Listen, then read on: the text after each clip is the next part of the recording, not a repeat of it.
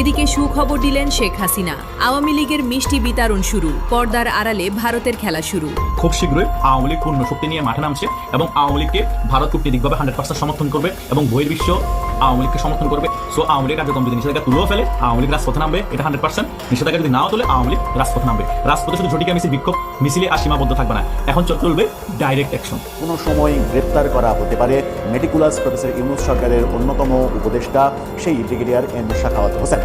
এর আগে অনেককে গ্রেপ্তার করা হয়েছে, রিমান্ডে তাদের কাছ থেকে ব্রিগেডিয়ার সাখাওয়াত সম্পর্কে চাঞ্চল্যকর তথ্য পাওয়া গেছে। এবার ফাইনালি বাংলাদেশে ফিরতেছেন শেখ হাসিনা, বড় আকারে বিজয় আনতে যাচ্ছে। তারেক রহমান দেশ থেকে পালাতক হয়ে যাচ্ছে। সকল জনতার চাপে বাংলাদেশে যে অনটন দেখা যাচ্ছে, অভাব অনটন, সে সব দিকে চিন্তা ফিকির করে তারেক রহমান কিন্তু অবশেষে পালানোর জন্য বড় আকারে সিদ্ধান্ত নিয়ে নিয়েছে। প্রিয় দর্শক, বাংলাদেশ কিন্তু শেখ হাসিনার হাতে খুব সেফ ছিল, সেটাই কিন্তু আপনাদের প্রমাণ সহকারে দেখাবো। শেখ হাসিনা কবে বাংলাদেশে ফিরবে এবং তারেক রহমান কবে বাংলাদেশ থেকে বিদায় নিতে পারে একটি সম্ভাবনা। কারণ কিনা বাংলাদেশে নতুন করে জুলাই হতে পারে। হাসনাত আব্দুল্লাহ নতুন বার্তা দিয়েছে, যে বার্তাতে আওয়ামী লীগকে স্বাগতম এবং বিএনপিকে বিদায় ঘন্টা বাজতে শুরু হয়েছে। প্রিয় দর্শক, তথ্যটাই আপনাদেরকে জানাবো।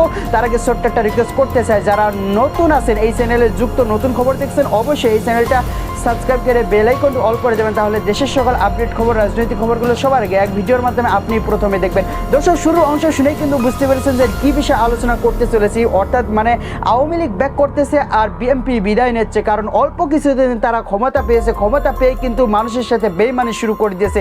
জুলাই যোদ্ধা যারা ছিল তাদেরকে স্বীকৃতি দিয়েছে না এবং গণভোটকে হ্যাঁ বলতেছে না। তার জন্য হাসনাত আব্দুল্লাহ কঠিন আকারে ভাষণ দিয়েছে। আবার পুনরায় বাংলাদেশে জুলাই হবে, যে জুলাইতে শেখ হাসিনার আগমন, তারেক রহমানের বিদায় ঘন্টা।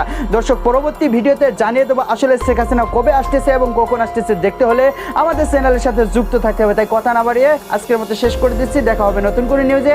আসসালামু আলাইকুম।